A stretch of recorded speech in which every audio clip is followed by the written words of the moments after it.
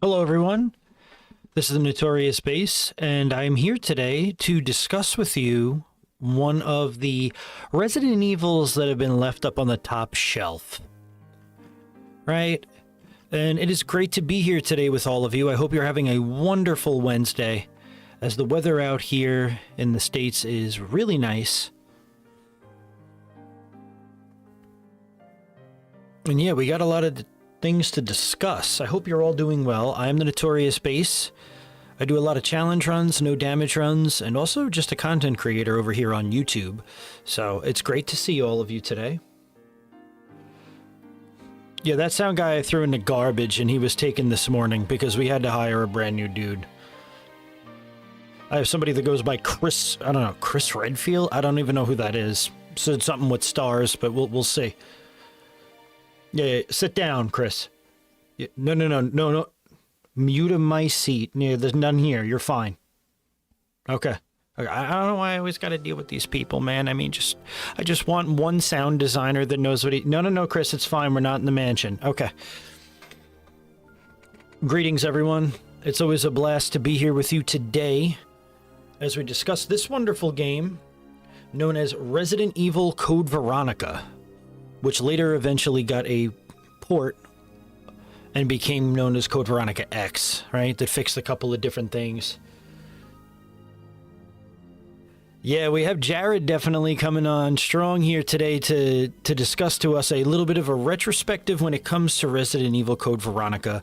Right now we're watching a bit of footage from one of the best content creators I personally love to chill to, Survival Horror Network.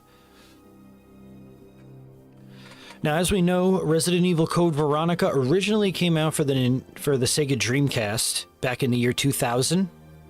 It was the first title to finally leave the PlayStation. And although I'm sure most of you know this by now, Resident Evil Code Veronica was never meant to be a spin-off game. In fact, it was actually meant to be the third game in the Resident Evil franchise, crowning the title Resident Evil 3 Code Veronica. But there were a lot of different things that happened, right? I'm here for the topless tub stream, says Robotron. Yeah, I don't have a tub or anything like that, but hey, we'll make it work.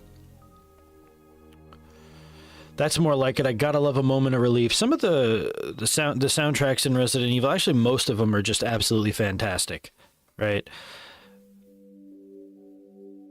But today, right, we're looking at a little bit of the gameplay and what made Code Veronica so special to a lot of us. This is personally in my top 5 favorite Resident Evil games of all time. A lot of people have debated that. A lot of people have had mixed views as to what Code Veronica truly is for the franchise, especially with there being no difficulty setting and it being one of the harder Resident Evils in the franchise, gameplay-wise, right? There's no easy, normal, hard. This game is set anywhere in between medium and hard. So it's very interesting how they decided to come about it, right? Shinji Mikami wanted to try something new, and there was a lot of backlash. I still haven't played it, and I'm scared to, says Robotron. Well, it's definitely a tough Resident Evil for beginners, but I definitely recommend the playthrough. This game was fantastic. I actually really enjoyed the story and the dynamic that Mr. Tibbs actually shared with me about the siblings, right? We have the Ashford family, which we're going to get into, and then we have the dynamic of Claire and Chris. So that was very interesting how they decided to do that. And there's just so much different ammo types and different things that Claire could get. I think this is really where Claire shined. I'm not going to lie to most of you. I think she was great in Resident Evil 2, right? I think she was fantastic, but I think Code Veronica was truly her game. It was her game to shine, right? We've seen her in a few installments. We've seen her in Resident Evil 2. We've seen her now in Code Veronica. And we also saw her in Revelations 2 in 2015. One of the hardest resis to A rank, but I think once you get it down, it's easy to route. Yeah, I mean, most of these Resident Evils, right, if you're going for a challenge run in any form, it just takes a severe amount of practice, and you have to have the time and patience to work on them. And I'm guilty as charged when I'm working on challenge runs, right? My patience sometimes run thin. But At the end, it really ends up paying off. So again, let's not hesitate here. Let's dive right into our man Avalanche Reviews, Jared, with his wonderful retrospectives. I mean, we really love watching his content over here at the Notorious base. Maybe Mr. Tibbs will walk me through it and hold my hand. He just might. There's a fitting scene right now with the music playing. I can't even lie to you. Greetings, says Francis, my gaming brothers and sisters. How's everybody doing on this fine Wednesday? Got done with work over an hour and a half now. Time to relax, chill out. Res Evil is my gem. That is true to the statement. Resident Evil is literally a relaxer for me. Definitely, Robotron. I'll easily walk you through it. Honestly, Rob, I really do believe that you could beat this. I have no doubt. You have a lot of gaming sense and you know how to play a game. I really don't think you'll have much difficulty. It does take practice, though. So we're going to dive right into our main man, Jared, over at Avalanche Reviews. I have it up somewhere, but I don't know where I put it. Over here? No. Where did we put it, Mr. Notorious? Here we are. I found it. Don't worry. Everybody, you know, round of applause. If anyone could, it would be Mr. Tibbs, says Gemini. Welcome into the stream, Gem. Hope you're doing well today. We have some really nice weather out here in New York. I'm really enjoying it. Although I haven't been out too much today. It is a beautiful treat to finally have a bit of nice weather since it has literally been like 20 degrees for like the past couple weeks.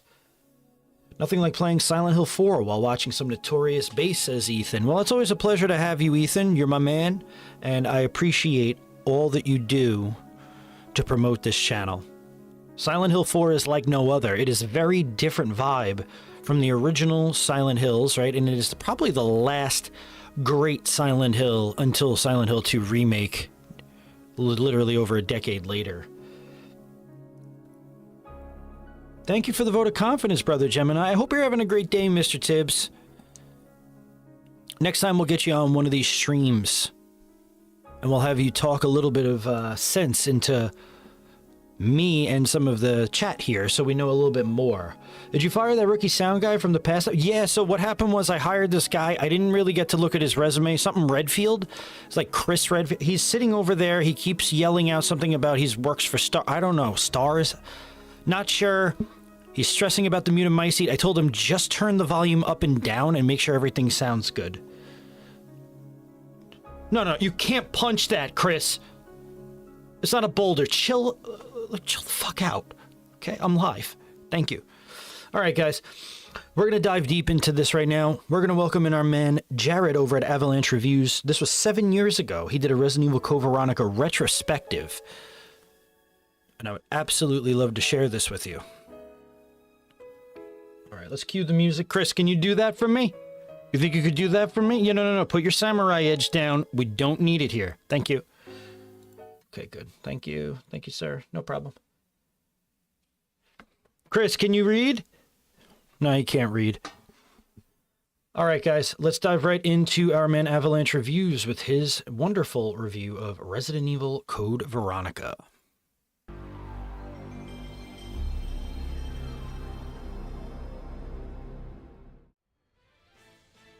If you caught the last few videos on the Resident Evil retrospective, you're likely aware that the development process for these games are often cursed with issues, and Resident Evil 3 wasn't about to break with such a long-held tradition.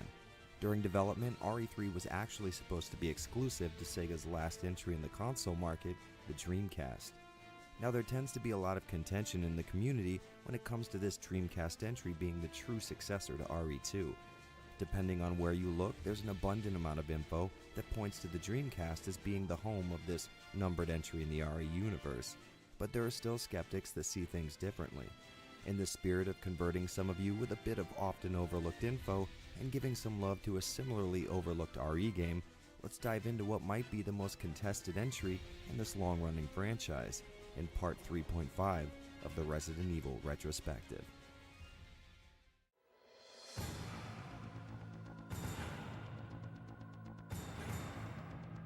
And real quick, guys, let's make sure that we give Jared over at Avalanche Reviews a follow, as he definitely deserves it. He does a lot of great work over here on YouTube, and I can't thank him enough for supplying us with some really detailed and intricate retrospectives, as he knows his shit. He knows his shit. I love the Tyrant theme. One of the best boss themes in my opinion, says Mr. Tibbs. I could agree with that. I'm telling you, man, there are so many hidden gems in this freaking game. We have a hidden gem in the chat right now. Get it? All right, I'll go see myself out. But anyway, let's make sure that the people that we have up on the stream, Survival Horror Network, Evil Blitz, Avalanche Reviews, we go and give them some love because their content is paramount for what we do here. Let's continue.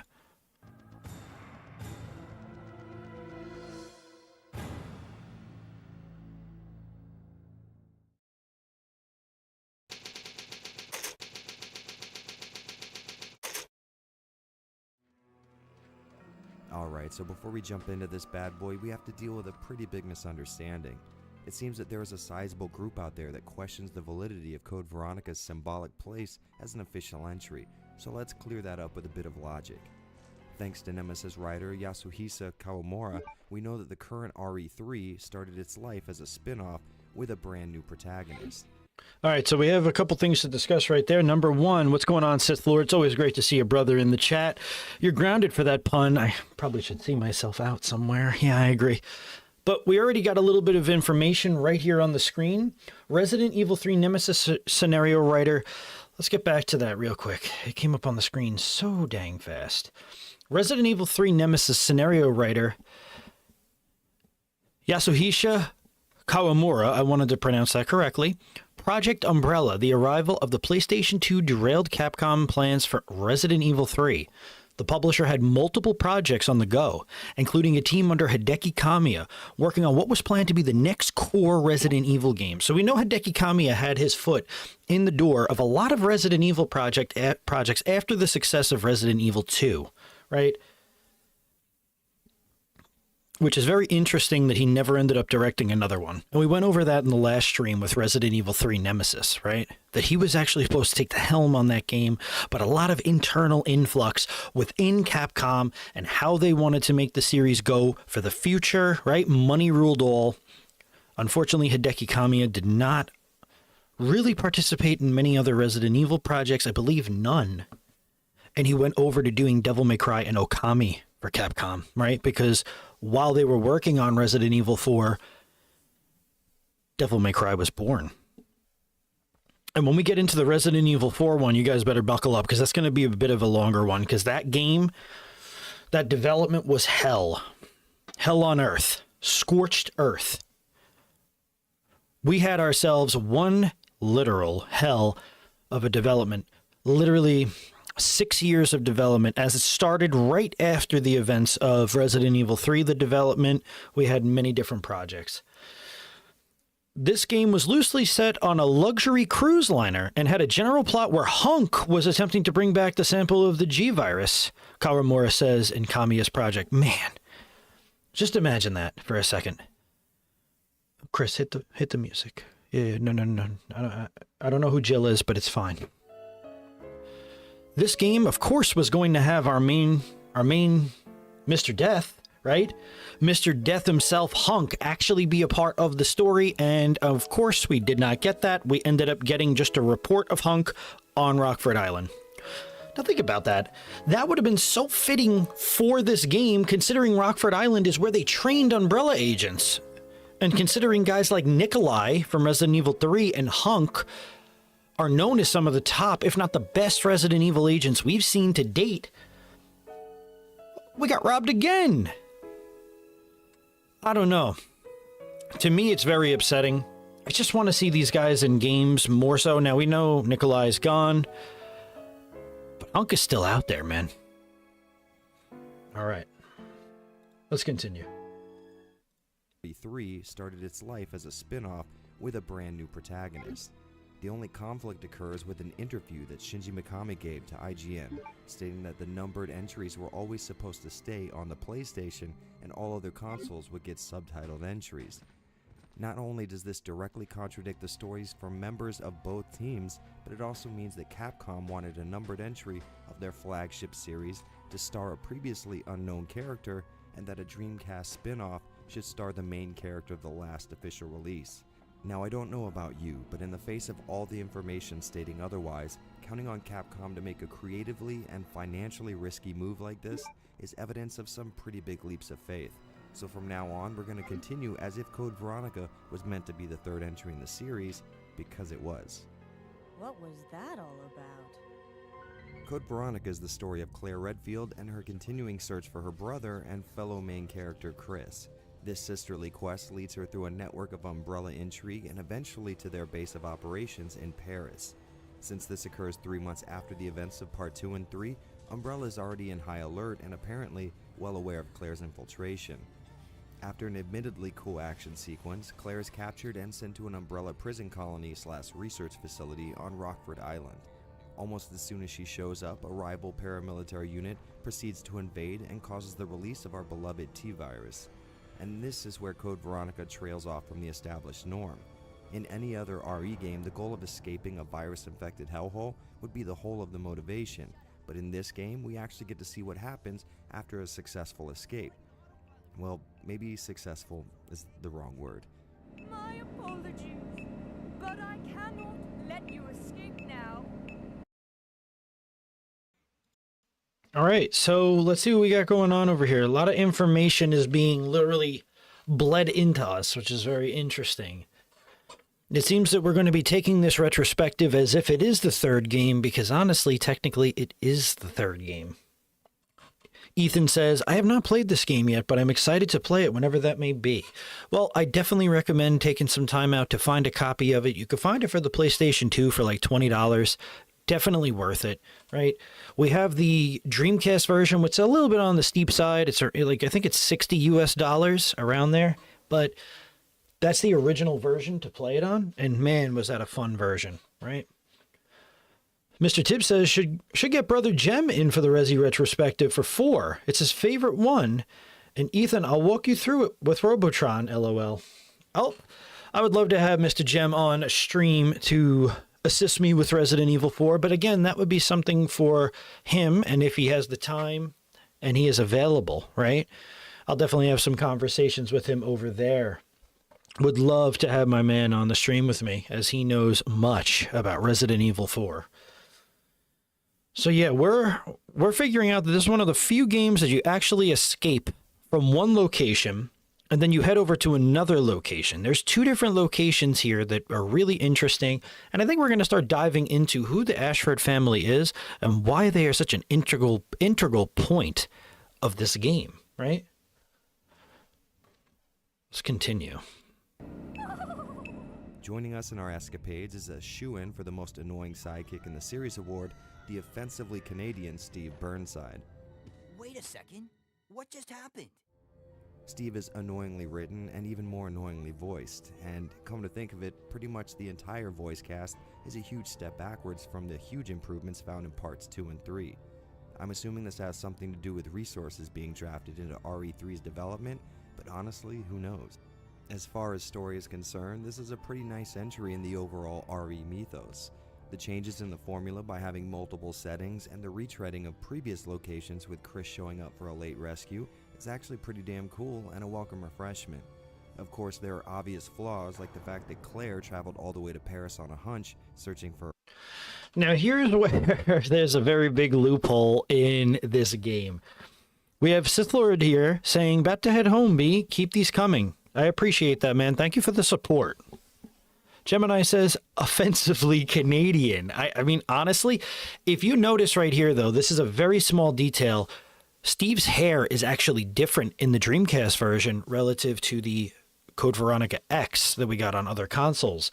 They said that his hair was just too eerily accurate to being a lot like Leon, and people were starting to get confused of, you know, his identity and who he was, so they ended up changing it later on. Trying to write a paper and you keep seeing my name hunk, says Robotron. All right, well, you are a hunk. I'm not going to lie about that. Chris, I just hired you, bro. Just put the mute. Thank you. So, this game really has a bit of loopholes with its story. Okay? Claire literally has access to a computer to email Leon to notify Chris. Now, she came down here on a hunch, okay? She had no idea if Chris was actually going to be at this location, and she just decided to bum rush this place like she was in the Matrix and didn't give a shit. She was ready to rip people up. But why was she able to email Leon and kind of to notify Chris? It's almost like, okay, you figured out Chris wasn't here, that's why you came here. Now you've emailed Leon and like, okay, loophole in the story, you know? New sound guy can't even do it right. Well, time to find another one. It's amazing. I've got a lot of resumes. I have somebody, something Valentine. I even saw somebody, Jay Sunderland. He said he had something to do with a town. I'm not going to get into it. Too many resumes to look over. But again, we got a lot of information just from 4 minutes into the video. Resident Evil Code Veronica is absolutely paramount to the mythos of this Resident Evil franchise, but it didn't seem to get the limelight that it truly deserved. I wonder if it had to do with being solely originally made for the Sega Dreamcast and then finally ported over a year later to the PlayStation 2, GameCube, and maybe more? I don't actually know what else it was ported for. That's one thing I'm not sure of. But I guess we'll find out, right? Jared always covers the ports.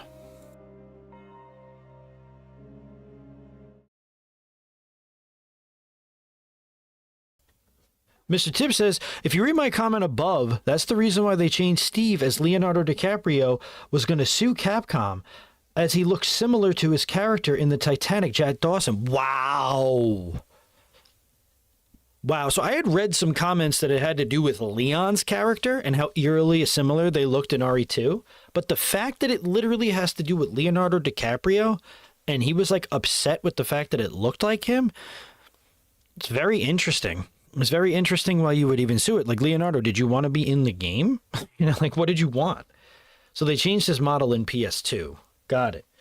Francis says, Resi Evil, I always thought this was because the fourth installment of the RE series back then, because any information from any game that comes out, we all got it from game magazines. Am I right? Yeah, you're 100% right. That's how my dad used to find out a lot of information about games. We talk about it actually on our Silent Hill 2 Good Plus ending that my dad was a part of for a bit, where you either went down to game stores or you just got the monthly magazines in the mail and really found out a lot of information about games when they were coming out, what they were going to add. It wasn't, the internet was in its infancy days. So you really didn't have a lot of information, back in 2000 or 99 when these were like kind of, being worked on, and very, very interesting stuff. So I don't know. I say we continue and see what the heck is up with this game, because it truly is a masterpiece, but some people just won't agree.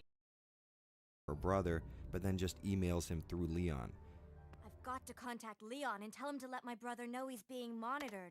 But if you spend too much time scratching your head and wondering why she didn't just email him before all this, thereby getting rid of her need to be caught in the French offices of a pharmaceutical company, you'll be too busy to notice the pure refinement of the Resident Evil gameplay system.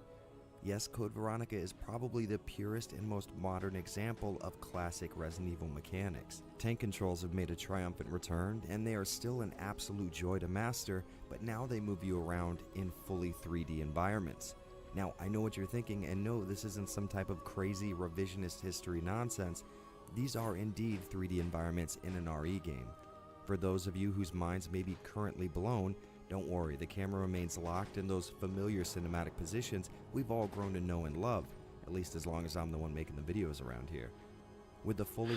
So that's interesting, right? Resident Evil Code Veronica was the first one to master 3D modeled backgrounds, right? We had a lot of still images in the original trilogy that were beautiful, but they weren't alive, right? Maybe you had a little bit of fire here and there.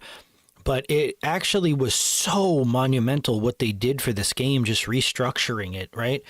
And now this was the game that really took hold, 3D modeling, and what the future was to hold for the Resident Evil franchise. That is actually very interesting. I never really thought of it that way. But I guess it's thanks to Resident Evil that we got a whole different way of playing the game. Because literally, 5 years later, we received Resident Evil 4, which was drastically different. Seriously, my dude and dudettes, if you look at Leon S. Kennedy's face model of the OG Resi Evil, 98 goes out to RIP. Paul Haddad. with his hairstyle and face model. No offense to Leonardo. See, I agree with you, Francis. I always thought that he looked a lot like Leon, and maybe and a lot of people in the comment sections of different forums had said that it was Leon, but that is some interesting news from Mr. Tibbs over here. Although I don't agree with him saying that the voice acting was bad, apart from Steve, and yes, there's a lot of throwbacks to RE1 and 2. I don't think it was a step back. I think it was a halt, if that makes sense. I don't think it was a step back. I honestly don't think the voice acting was too bad.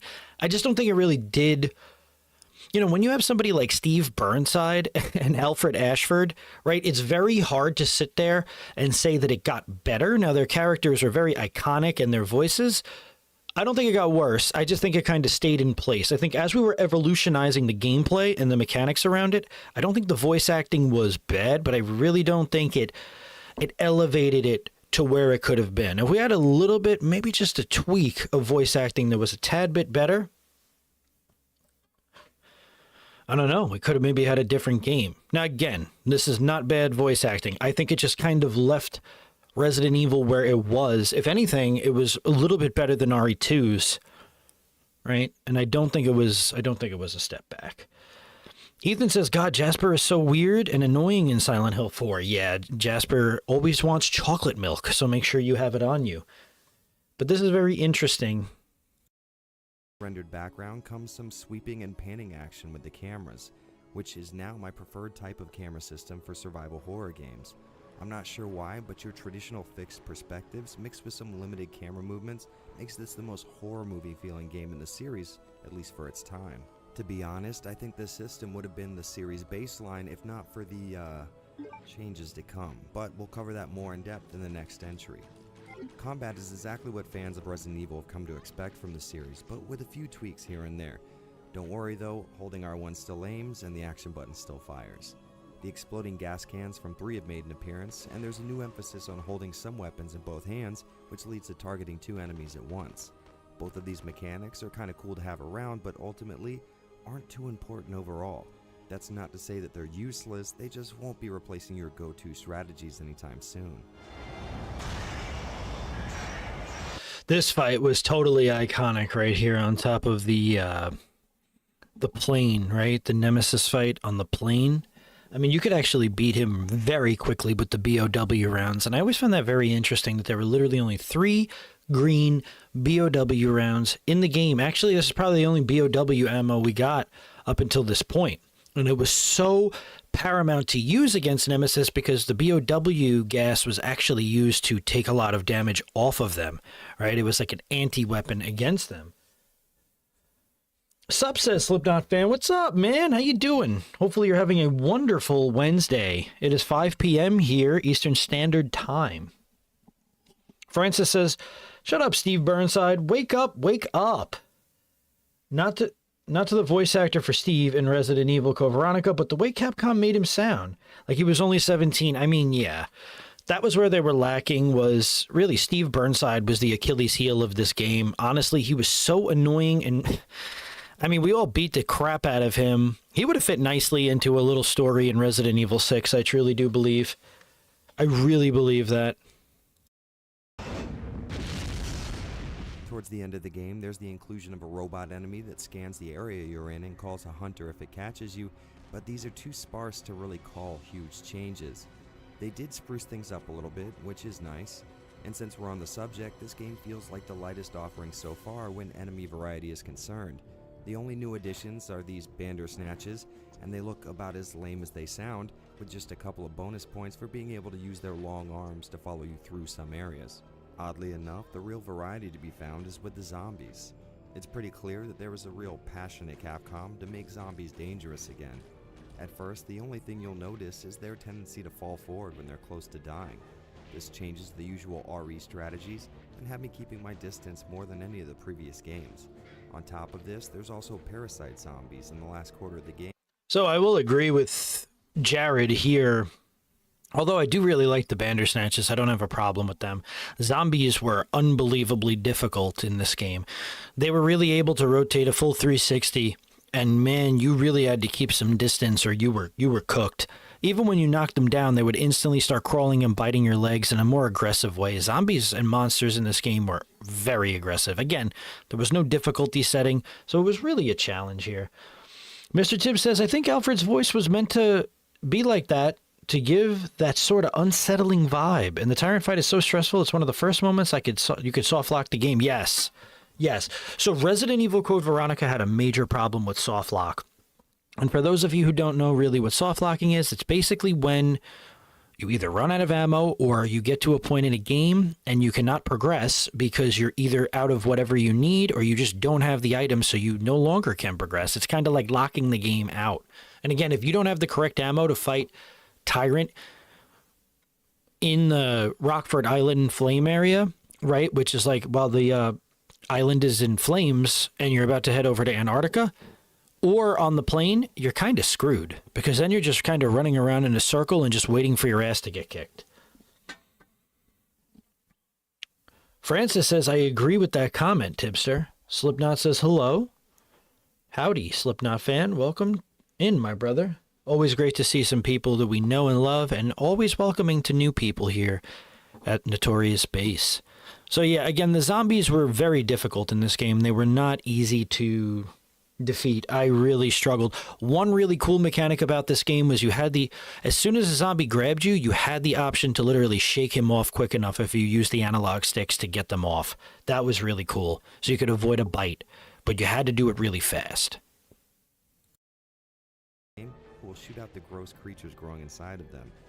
Add this to some zombies being strapped with explosives and their new ability to climb stairs, and you've got yourself one damn versatile foe. And I obviously appreciate the large variety of unique corpses you come across. The addition of some simple things like hats and helmets flying off the recently deceased, and them realistically sliding down walls and falling down stairs, goes a long way in CV's obsession with adding things that only series veterans will love. Backtracking through creepy environments is still required for progression, and other than a drawn-out bit in the beginning, still feels like that quality RE experience. The ridiculously contrived puzzles are back. Mr. Tibbs says, so the Bandersnatches were meant to be a form of a tyrant that were made on a budget that they could create a mini tyrant to manipulate into perfect soldiers that were more easier to control than zombies. Again, I really thought the Bandersnatches were a good, BOW. I as much as they could be a pain in the ass and they have a lot of distance when you're fighting them, you know, I don't think they were cheesy. I don't think they were bad. I think, like we talked about before, I think adding new additions to the Resident Evil formula for monsters is very important. I think the Bandersnatchers fit well. Ethan says, or being in an area where you're not supposed to be and no way to get out equals soft lock, right? That's another form of soft locking. So there are a lot of ways that you could literally lock yourself in a game. I know Fatal Frame 1 has that where you could really just run out of film and you're basically screwed because it doesn't respawn, right? And there's no infinite film, right? You don't have anything to really progress you through the story unless you did things right.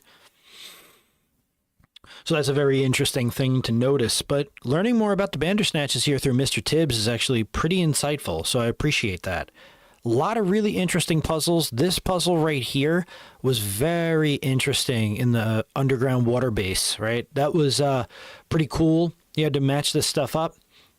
I think there's a lot of innovative techniques that they used over here in Code Veronica to make it different, but also still feel like it was connected to the normal mainline franchise, right? This game is truly supposed to be the next canon story. And what's great about it is that we not only get to play as Claire, but you get to play as Chris Redfield in the second half of the game. I mean, you really can't beat that when you think about it. And might even be at peak levels of contrived ridiculousness. All things considered, this is the total package gameplay-wise. The locations are spooky and inviting enough to keep you wanting to explore them, and the backtracking sessions, broken up by classic survival horror combat that we're all used to, might be at its best in the series. Which makes sense because this was also the longest Resident Evil game of its time, clocking in at a whopping 12 or so hours.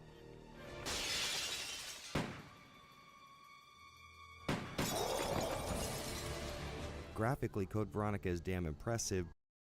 So yeah, graphically, as Jared was just saying, this game is impressive. I always used to love that scene where Steve bashes through the window. It was like really advanced and badass back then. Truly love that. Francis says, I gotta say this, but Resi Evil Code Veronica is my gem because the game really took it to its limits back then with the 3D graphics and atmosphere of the RE world. And Chris Redfield. I agree. It really brought Resident Evil to a whole new world, and I think this is what was allowing Capcom to start delving into new ways to animate their, their backgrounds, their gameplay, refine it. They still had tank controls in this game, which was pretty interesting. Now, I always wondered if they made a Code Veronica remake. Obviously, they're not going to have tank controls or fixed camera angles anymore, right? Like we're past those days, unfortunately. It's not to say that, right, fixed camera angles are bad. It's just more of an outdated scheme and was used back then because of lesser technology. The only thing I will say is that backtracking is obnoxious. They dialed the difficulty to 11. Yeah. One thing I will say about Resident Evil Code Veronica is the fact that since you share an item box with Chris, right, and whatever items you put into the item box he ends up using, it really, really makes it hard to navigate and manage your item box, right? You have to really think on your feet on what you want to do here. This game really pushed the limits. I think Francis said it best. This game pushed limits beyond what we had seen so far. I think just as much as we talked about Resident Evil 3 pushing limits, it seemed like Capcom was really trying to push their limits. And I think they realized the Dreamcast was actually way ahead of its time as a console. And I think that it was able to push boundaries and make 3D models, right? It was a stronger piece of technology than the PS1 by a landslide.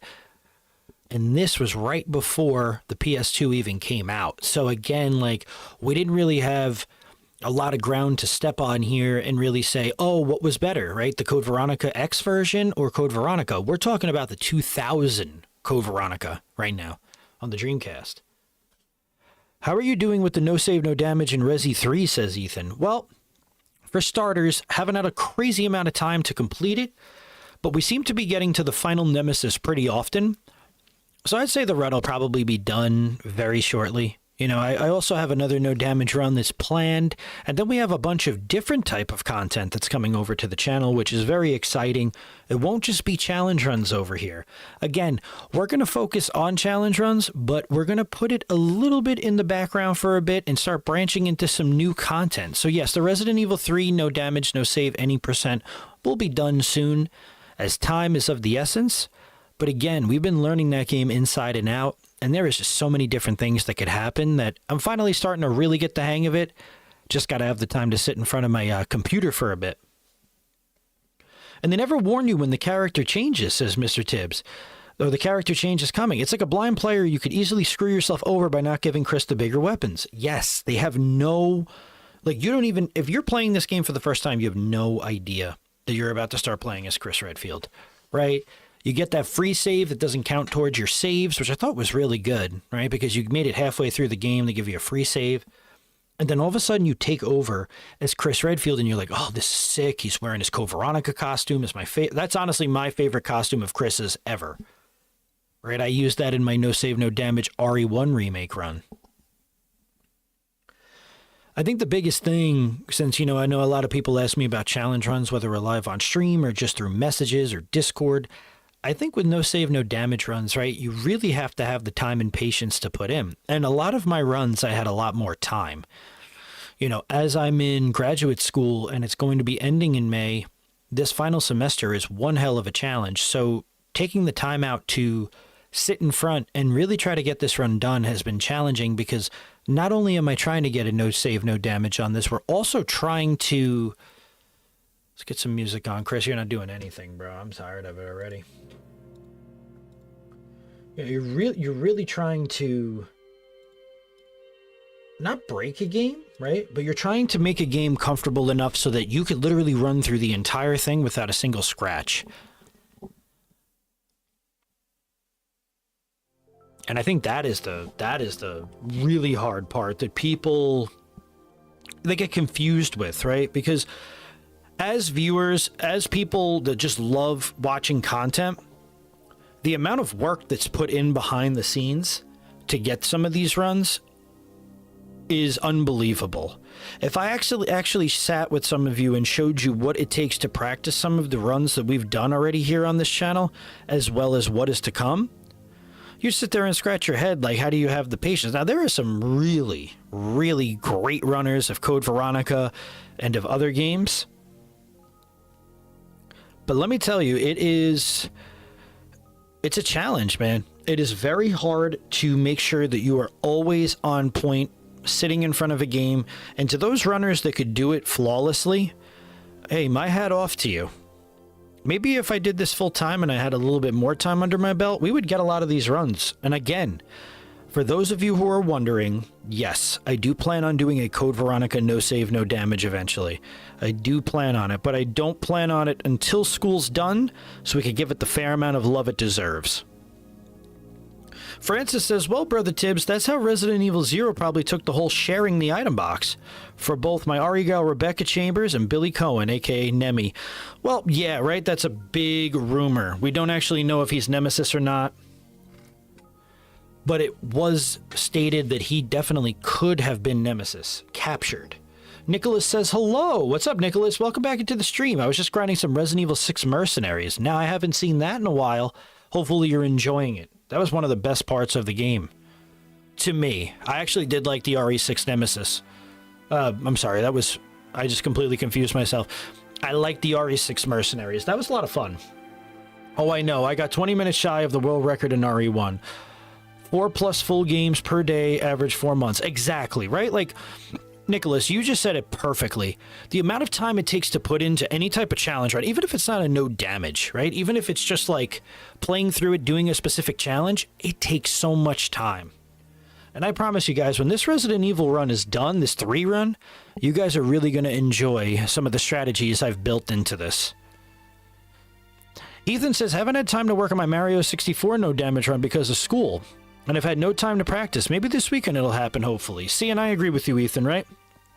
Our personal lives just take up so much of the time that we have over here that content creating is by far one of my favorite things to do. It's just our personal lives really force us to not have that actual time as we get older to work on the things that we truly love. And that's not anybody's fault, right? That's just a part of life, right? We have to do what we have to do. So when this run comes, it will happen, and it'll be worth the wait.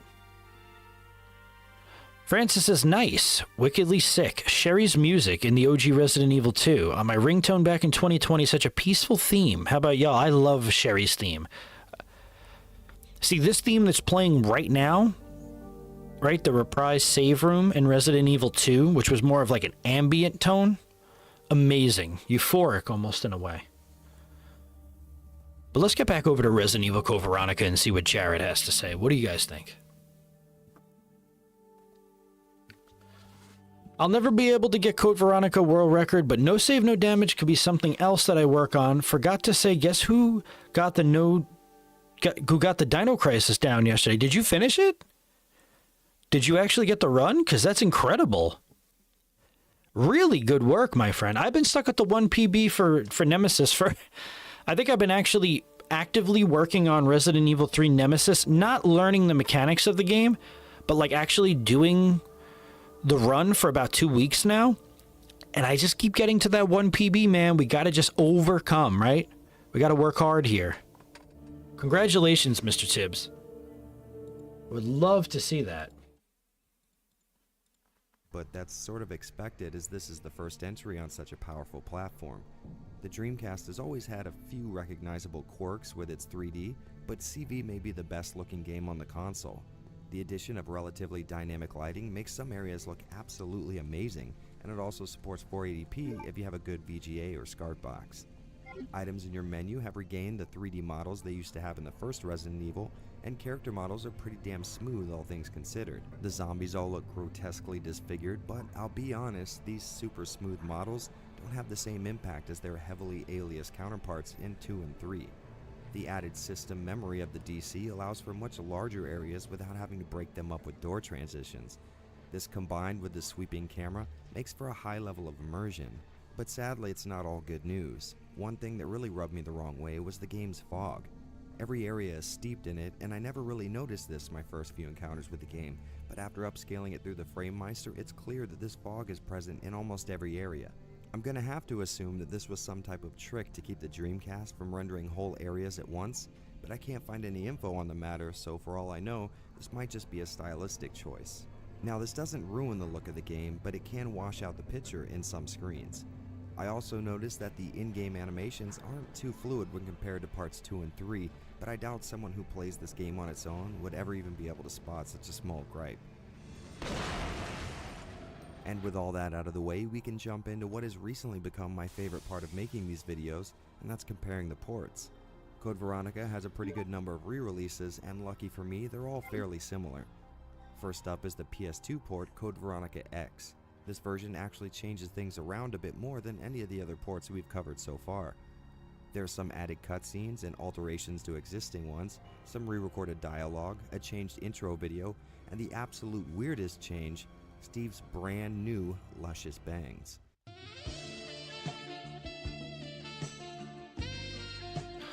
Oh, those luscious bangs. Look at that. Didn't help his voice, though. That was absolutely horrible. I wish for this version they would have just like sewed his mouth shut. We'll see what we got going on here. And I lost my Mario Brothers Wii any% race yesterday to Noble Comet. Dang, dude. Battle scarred. And the reason for it? Well, one, Noble is a nerd at Mario Wii. And two, I have no time to practice anything. Join the club, my friend. I got the no save, no damage of Dino Crisis yesterday, so stream will be happening next week. Well, congratulations to you, Mr. Tibbs. That is one hell of a feat. GG Tibbs on the Dino Crisis gameplay. Very smooth. Nice job, Tibbs. Finally, time to get a little rest. Let me tell you guys something. Once I complete this Resident Evil 3 Nemesis run, and then I'm going to probably go over and work on RE1 Chris for the original 96, we're going to be switching over to a little bit of different content, as I just said. We're going to work on some new things here at the channel. Again, I have a bunch of challenge runs planned, but it is good to always branch out into new things. And that's why I like playing the HD version of Code Veronica X, so the fog is gone and we can see Steve's luscious bangs. I don't know if I've ever played the PS3 version. I'm not too sure. I think there was a 360 version. I think I played that. But the PS2 version was the way I played it, because we didn't have a Dreamcast when I was a kid.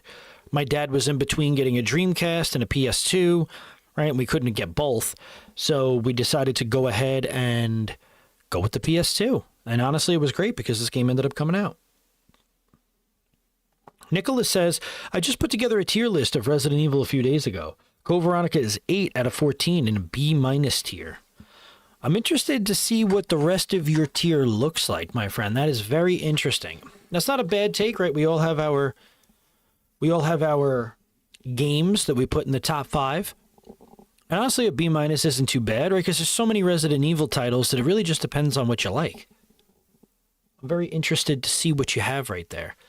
But it seems like the ports changed, right? We see that it changed a lot of dialogue, added more cutscenes, right? And we also were able to, I guess, have a little bit of better graphics as well, because I feel like the Dreamcast, right, it really pushed the boundaries of Resident Evil, and then bringing it over to the PS2 definitely didn't do anything bad for it.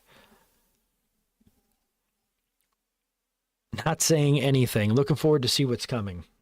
Amen to that, Mr. Tibbs. We got some things planned over here on this channel. Very excited. And like I said, the challenge runs will always be there, and we'll continue to make more. But it's time to randomize what we do over on the channel. For years, I racked my brain trying to figure out why Capcom would alter something as insignificant as a hairstyle, but apparently this was the result of fans constantly comparing him to Leonardo DiCaprio, which I guess I can kinda see. The PS2 version also boasts some cleaner visuals, well, sort of. Overall, the picture is noticeably sharper, which I'm sure looks way better displayed on an old CRT with a composite connection, but upscaling shows it to be a much more alias picture compared to the Dreamcast's softer look. For you videophiles, the Dreamcast release can push 480p with the right VGA box, but the PS2 is locked to an interlaced output. The weird fog is still present on the PS2, but thanks to a sharper picture, it's way less of an issue, even though it can still wash out colors in some cases. The only downside I can see are some textures looking like they tried to enhance the old muddy ones from previous versions, but I doubt that'll make a difference on anyone's playthrough. I also noticed a weird little quirk with some type of blur applied on this version. Now, I first assumed this had to do with my FrameMeister's deinterlacing, but even after I disabled it, the blur was still there. Not really sure why it exists, but it is interesting. The good news is the GameCube version is a carbon copy of this. Now, the GameCube version actually allows you to adjust the brightness, which I always had a little bit of trouble with Code Veronica on, because I always felt like the game was very dark, and sometimes you really had to like adjust the brightness on your TV to play it accurately. So when they gave that feature in the GameCube version, I really thought it was cool. And again, I'm a big fan of the GameCube, its controllers, so that was a lot of fun to definitely play. Francis says, my favorite 3 games, I always got to say number 1 is going to be Resident Evil 2. That's my heart. The Contra series to my taste, and then Tomb freaking Raider was a blast from the past with Lara Croft. Yeah, those are 3 great, fantastic series, man. Can't disagree at all. Mr. Tibbs says they added the cutscene with Wesker's return and Wesker versus Alexia, and the ending cutscene with Wesker versus Chris. Interesting. I would love to replay both of them and see that. Because I remember in the Dreamcast version, I did feel like I was missing something, but it's cool to see that. Nicholas says, Resident Evil 1 Director's Cut, 3542, Survivor 1 6, Code Veronica, 2 Remake, Umbrella Incorporated. Okay, so the Umbrella Chronicles, Revelations 1 0, RE1 Remake. Wow, you got RE1 Remake at the bottom.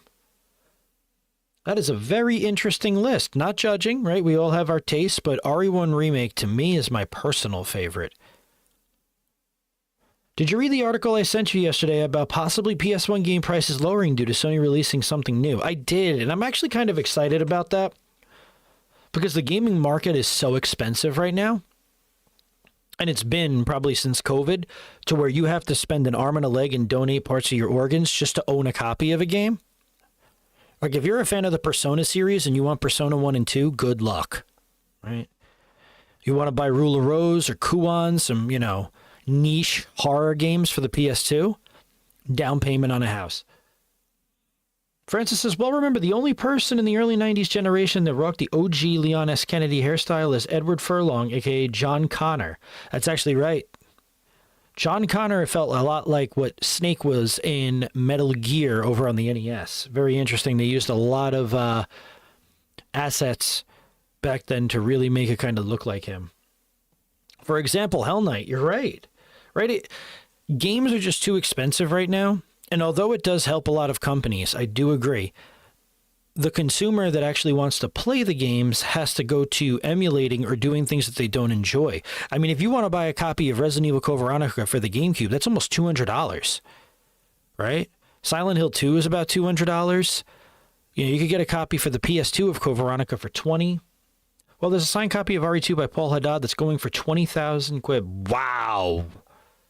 I think I've seen that once before. I mean, that's probably worth every penny, but I don't think anybody naturally is going to buy that. I really don't. And with the sharper look combined with the added content, you'd figure that'd be my recommendation. Some really sharp 2D assets is definitely appreciated, and the addition of some more playable characters really feels like a return to form for the... So it seems like Jared kind of just talks a little bit more about like the refined gameplay, right? The item box, how it looked, new characters, the Ashford twins, right? We didn't really get to talk about the Ashford twins, but I would definitely like to. Let's go ahead and go over to YouTube, right? Let's see, the Ashford twins, RE Code Veronica. Okay, I cannot spell.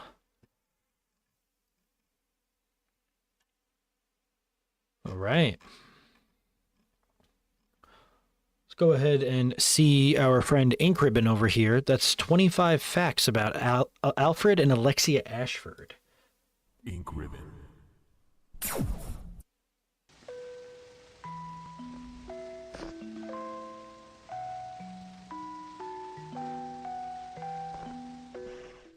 Whether you love them or hate them, you gotta admit that the Ashford twins are memorable.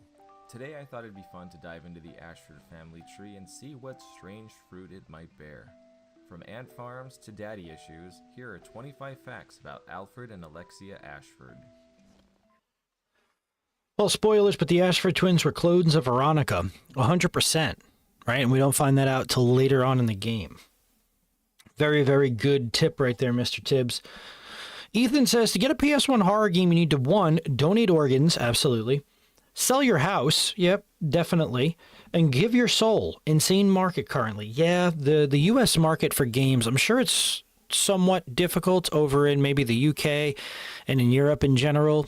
But, oh man, North America's market for gaming is brutal right now. I mean, we've seen some prices go up and down, but man, is it expensive over here. Nicholas says, I've been purchasing digital for 20 or less. I've only spent over 20 a few times. Monster Hunter World Iceborne expansion was 30. All right, so a man of minimalism. I respect that, right? These games are so expensive. What do you think of the new Monster Hunter Wilds, by the way? Are you going to pick that up or are you going to wait? Very, very interesting stuff. Alfred and Alexia are not fraternal or identical twins, but actually clones. Much like everything at Umbrella, they were not born, but created. After the Ashford name began to fall, the twins were created by their father in order to attempt to restore the Ashford name and legacy. The other main motivation was to prevent Spencer from taking over Umbrella if Alexander was to die. Originally, only Alexia was planned, intended to be a complete clone of Veronica, but as a zygote, the cells split into 2 fetuses and thus Alfred was made alongside her, as a byproduct versus a planned human. They had then changed plans and began planning for 2 Veronica clones, 1 male and 1 female. Alexia and Alfred were made using DNA harvested from the body of Veronica herself and were born via a surrogate mother. They were the result of a 3-year-long genetics project to ensure that they turned out with the intelligence comparable to Veronica, who was renowned for it. Alexia was born a genius as intended, but due to some sort of error, Alfred, while still very smart, was nowhere near the levels of genius that Alexander had hoped for. Alexia actually has a rivalry with William Birkin, first being mentioned in an N64 exclusive EX file where Birkin talks about the problems from the Antarctic base that caused massive damage. So that's interesting. Alfred and William Birkin had some sort of rivalry going on. And we find that in the N64 EX battle mode. We could find a file right here. And Gribbon always coming in clutch. Ethan says, the new Elden Ring game expansion looks very interesting. You having to include bosses from other Souls games. Yeah, I mean, I've heard some interesting things about the new one. A lot of big Elden Ring fans and Soulsborne fans aren't the biggest fans of Night Rain, but I think it is probably fun for what it is. Nicholas says, I am sort of hesitant to get back into Monster Hunter. I played the first 2 games, assault in both. Well, to make you feel better, I picked up 1 copy of Monster Hunter, thought it was really cool. It wasn't for me because I stalled out as well and haven't played any others. I've watched gameplay on them and they look like fantastic games. Definitely not for me, though. And that the Ashford's reputation is tarnished. Then in Resident Evil 1 Remake, another file has Birkin talking about how the G-Virus will allow him to surpass Alexia. The clinical term for Alfred's mental state is known as dissociative identity disorder and is characterized mainly by having at least 2 distinct and separate personality states, usually as a result of trauma. In order to better deal with his neurosis, he named his female alter ego Tanya. So he had DID, dissociative identity disorder, which made him think that he was 2 different people at once, which we experience in this game. It was the first time they ever did something like this, and it showed that Alfred really had a lot of mental issues going on. We noticed that throughout his entire gameplay, throughout Code Veronica, that he was truly an interesting character. And I'm almost interested how they would do his character in modern day, right? Because a lot of the things that he does in this game, I don't know if it would be supported in the new gen, right, with where we are with gaming. So they would probably have to rework a lot of different parts of that. Very interesting, right? It seems that the Ashford, it seems like Birkin and Ashford, he really wanted the G-Virus to surpass Alexia. They had already known about it, right? A lot of stuff that we had no idea that they even knew about. I'm glad that they finally added these details. POV, Brother Base, buying copies of the Tony Hawk games because of possible price increase because the remasters coming out. I mean, that's true, right? Sometimes when you get remakes and remasters, you get versions that are just so much more, right? They go up in price. I mean, for instance, Layers of Fear by Bloober Team, the PS5 version is trending at like $110 right now. Like I said, I think the remake of Alfred, Mr. Tibbs says, will have that psychosis, but he will see Alexia as she influences his decisions. I agree. I like that. I like that a lot. I think that might be something that they go along with Capcom, right? Because I think we had conversations about this like in the past, where like some of the stuff that takes place in this game definitely is going to have to be changed because it won't fare well in a modern day audience of 2025. This game pushed boundaries not just in gameplay but storytelling that I think that they'll keep parts, but I think they definitely have to change some parts. Alexia wasn't just a genius, but also a prodigy in her field, graduating from university and becoming a virologist at Umbrella at the age of 10. In order to protect her, Alexia was declared dead when she was put into cryostasis, and Alfred legally became the 7th Earl of the Ashford family. The twins did not kill their father for no reason. Around 1983, the twins discovered a secret room in the Antarctic base where they learned the full truth about how they were created and grew intensely hateful towards their father. As both revenge and opportunity, Alexia tested out a new virus she had been developing on him.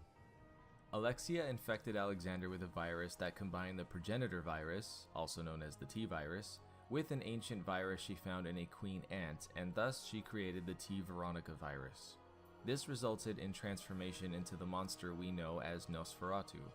The results were noted, and Alexia realized that in order to not end up with the same flaws as him, So how interesting is that Nosferatu is actually their father, right? They revolted based on the information they found that they were not actually born, they were created, and they became so envious and hateful towards him that they actually got rid of him and then actually used some of the queen ant, right? Some of the queen ant viral outbreak mixed with the T. Veronica virus in order to make him into the creature we see. And Nosferatu is a pain in the ass. For those of you who haven't played the game, fighting him on top of the heliport in Antarctica is very difficult. But he is definitely a great boss, right? He was definitely a new, innovative character into the franchise, which I really like. Be right back, Brother Bass. No problem, Ethan. Yeah, we got a lot of different information here, and we're still going. she would have to put herself in cryostasis after injecting herself with this new virus. If the player hacks the linear launcher before they are supposed to have it and shoots Alexia's second form, the game registers it as hitting her final form and the game ends.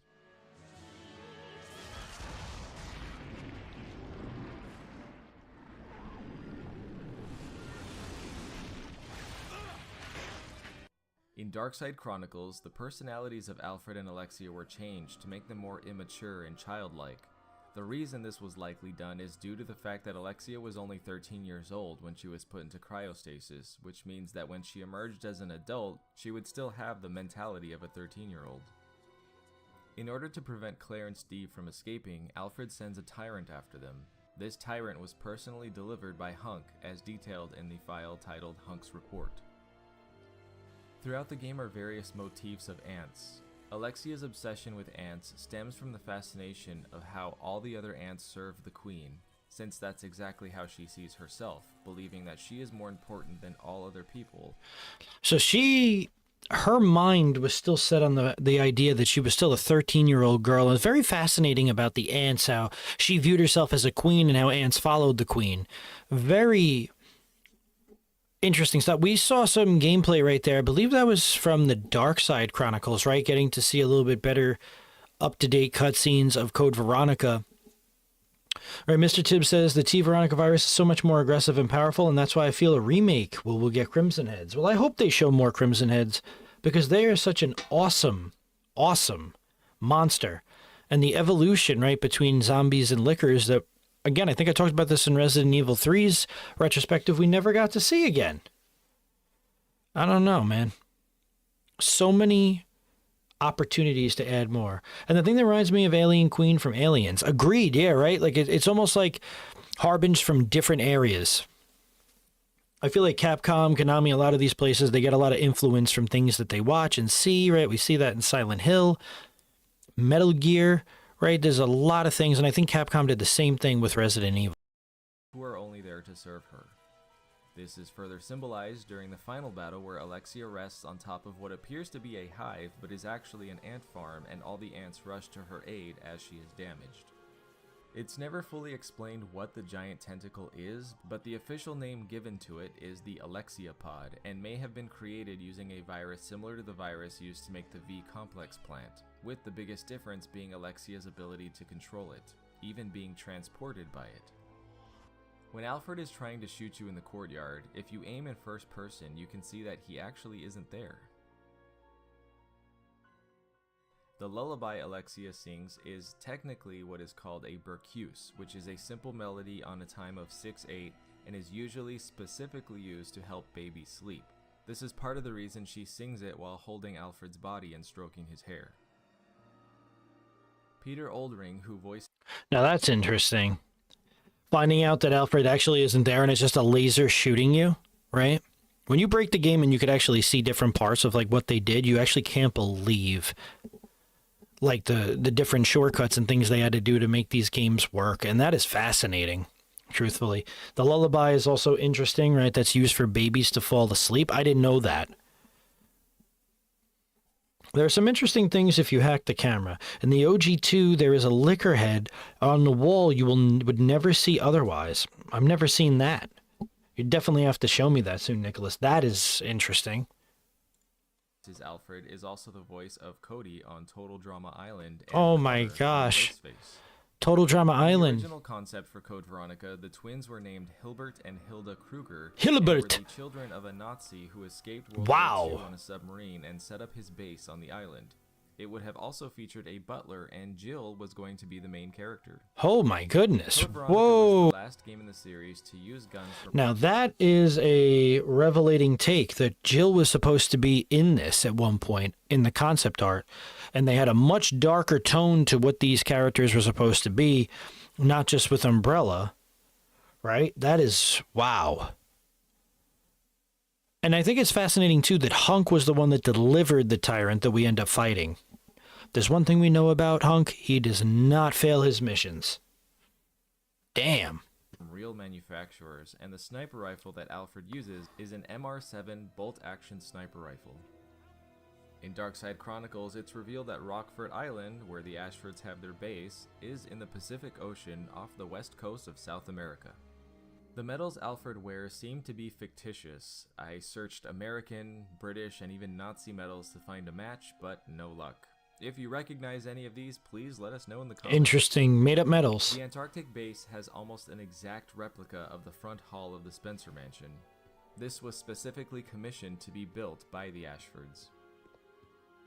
Alexander I wonder was why. imprisoned around the same time Alexia was put into cryosleep, which means that he was sitting in the underground room for about 15 years. Wow.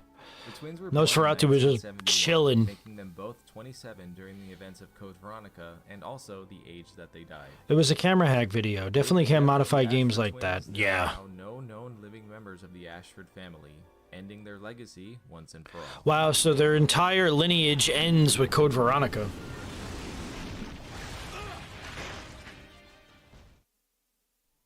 And that is it for this video. I hope you learned something new, and if you did, please accuse that...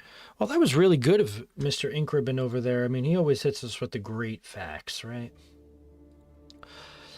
Resident Evil Code Veronica is something truly special.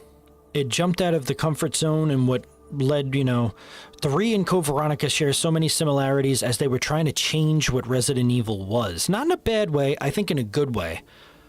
I think the installments that later followed changed it in a negative way, but that's something we're going to discuss in later retrospectives.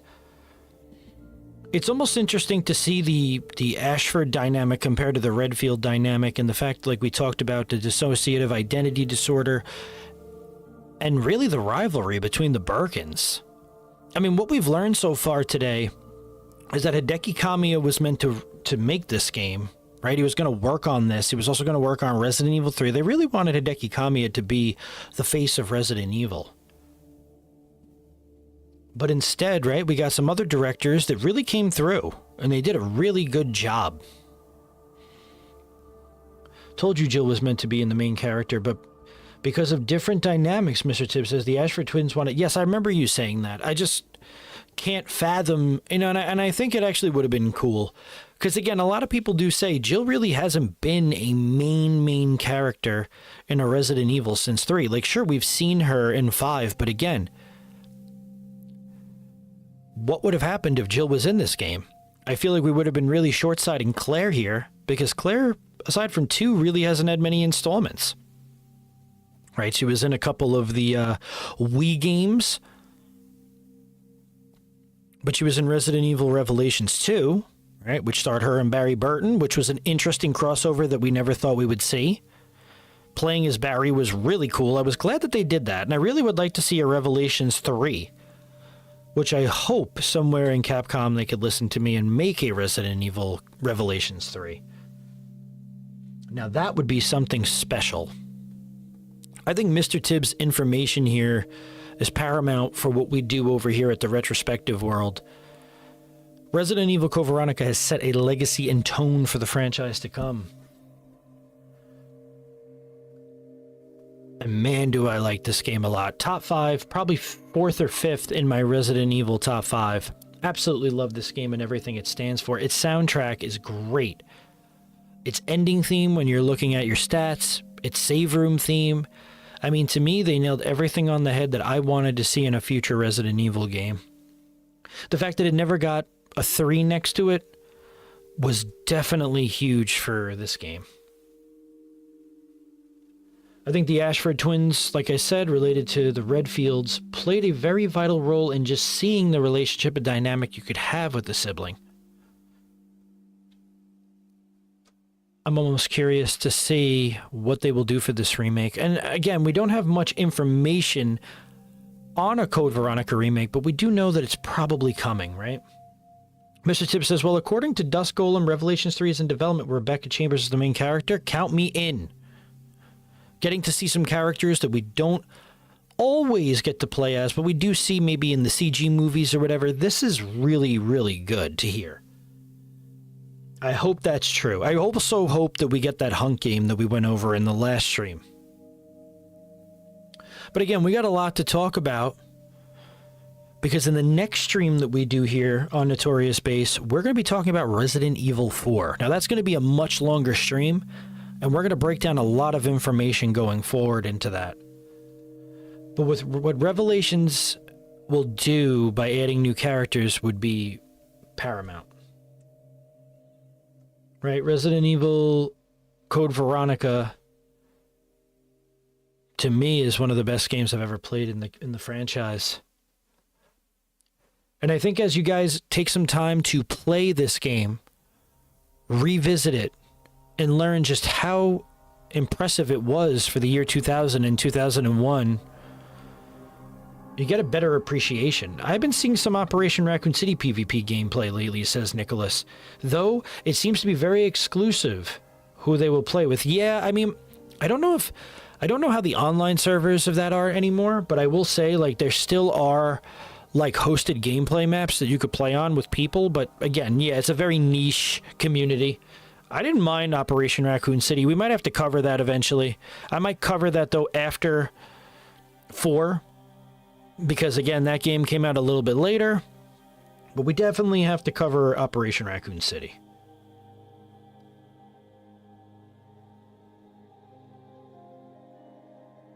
Top 3 Resident Evil games are Code Veronica, 1, and Resident Evil 2. Such memories that take blast from the past, in my opinion. Much appreciated and loved. I agree. This game is definitely in my top 5. As a current RE6 Mercenaries player, it is hard to get someone to not leave.